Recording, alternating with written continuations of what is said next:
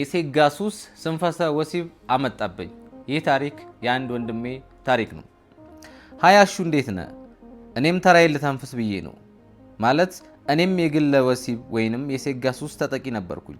የጀመርኩት የ9ኛ ክፍል ተማሪ ያለው በ16 ዓመቴ ነበር እና አንድ ቀን ሻወር ለመውሰድ ከጓደኛዬ ጋር አብረን ወንዝ ወረድን እና የሆነ ቅጽበት ብልቴን በሳሙና ቀባውና ስነካካው የሆነ ደስ የሚል ስሜት ያለው መሰለኝ እና ያ ደስታ መስሎኝ የጀመርኩት ነገር ዛሬ ላይ ለጤና መጓደል ዳርጎኛል። እናም እባክን ወጣቶች ከኔ እንዲማሩ ፈልጋለሁ። በቃ ያሱስ አብሮኝ 6 ዓመት ቆየ። በተለይ የመጀመሪያዎቹ 2 ዓመታት ከባድ ነበሩ። በቃ በቀን 2-3 የመታውበት ጊዜ ነበር።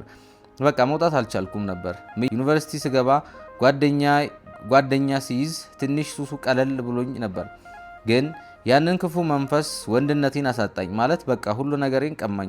ሴት ልጅ ማለት ፍቅረኛዬ አብራኝ ተኝታ እንኳን ትዝ አትለኝም። ትዝ የሚለኝ ያ ክፉ መንፈስ ነበር። አሁን የጤናዬ ሁኔታ እጅግ አሳሳቢ ነው። ማለትም አሁን 25 ዓመቴ ነው። ግን በዚህ ክፉ መንፈስ ምክንያት ስንፈተ ወሲብ አጋጥሞኝ ጉድ ሆኛለሁ እና ይህንን ችግር ለመቅረፍ ያልኩበት ያልሞከርኩት ሕክምና የለም።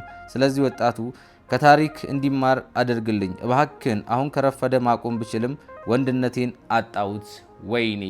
ይህ የአንድ ወንድሜ የሰቆቃ ድምፅ ነው። አሁንም በግለ ወሲብ ሱስ ውስጥ ያላችሁ ሰዎች ራሳችሁን አድኑ። ማቆም አለባችሁ፣ መወሰን አለባችሁ። ምክንያቱም እርኩስ መንፈስ ነው። ፈልጋችሁት አይደለም የምታደርጉት። ምናልባት የምታገኟት የ5 ሰከንድ ደስታ ነች። ያቺ የ5 ሰከንድ ደስታ ግን ህይወታችሁን ነው የምታበላሹት። ያልገባችሁ ሰዎች አትሞክሩት፣ አይጠቅማችሁም። ህይወታችሁን ነው የሚያበላሻችሁ። ከራሳችሁ ጋር፣ ከፈጣሪ፣ ከቤተሰብ፣ ከሁሉ ነገር አራርቆ በዲፕሬሽን ውስጥ ከቶ ራሳችሁን ወደማይሆን ነገር ውስጥ እንድትገቡ ነው የሚያደርጋችሁ። ስለዚህ አሁንም በዚህ ሱስ ውስጥ ያላችሁ ሰዎች ደግሞ ሳይረፍድ ለራሳችሁ መድረስ አለባችሁ። በቃ አቁሙት፣ አይጠቅማችሁም።